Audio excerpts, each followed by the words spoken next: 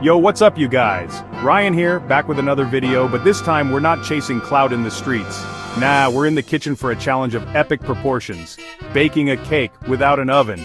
Yeah, you heard that right. My oven decided to stage a dramatic exit, leaving me with a serious craving for something sweet and the audacity to actually attempt this. I mean, how hard could it be, right? Spoiler alert, I'm about to find out. So the plan is simple: conquer the impossible. Armed with my trusty steamer and a healthy dose of skepticism, I'm about to embark on a culinary journey that's either gonna end in sweet victory or a soggy mess.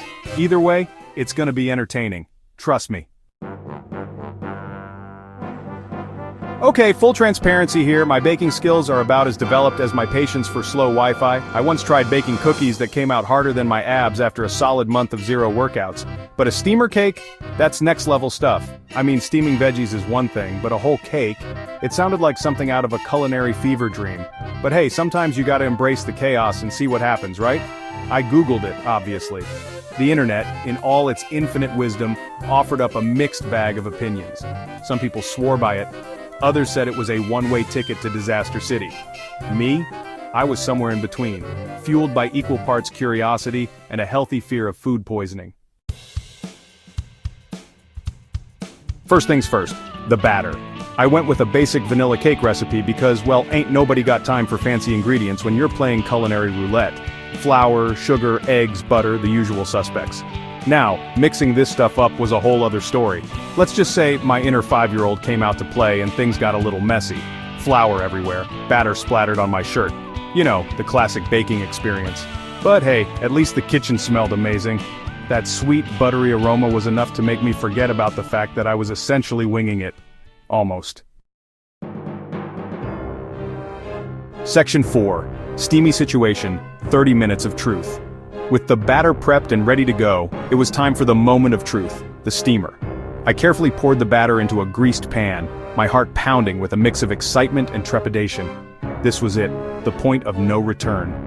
I gingerly placed the pan into the steamer basket, the steam swirling around it like a mystical fog. 30 minutes. That's all it took for my fate to be sealed. 30 long minutes of staring at the clock, wondering if I was about to create a masterpiece or a monstrosity. The waiting game was agonizing. Every few minutes I'd lift the lid of the steamer, just to make sure things were progressing as planned. Of course, all I saw was steam and a wobbly batter, which did nothing to calm my nerves.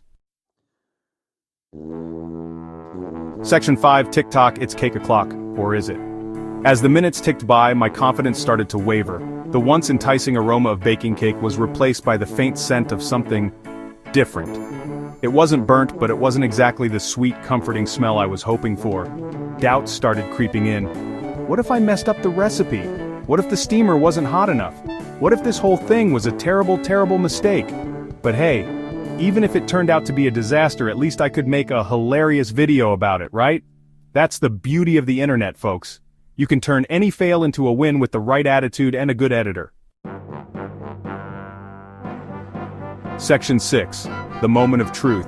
Steamed, not fried. Finally, the timer went off. The moment of truth had arrived. I cautiously lifted the lid of the steamer, my heart racing with anticipation. And there it was. A cake. A real, actual cake. It wasn't the tallest or the prettiest cake I'd ever seen, but it was a cake nonetheless. It had risen slightly, forming a dome shape, and the top was a pale yellow color, almost like a giant pancake. I carefully removed the pan from the steamer, the warm, moist air hitting my face. It felt different from a regular oven-baked cake. Softer, almost springy to the touch. But hey, different isn't always a bad thing, right? Section 7. Taste test. Mission accomplished? Okay, time for the real test, the taste test. I grabbed a knife and cut into the cake. The texture was definitely different, dense and moist, almost pudding-like. I took a bite and it wasn't bad. It wasn't the best cake I'd ever had, but it wasn't bad.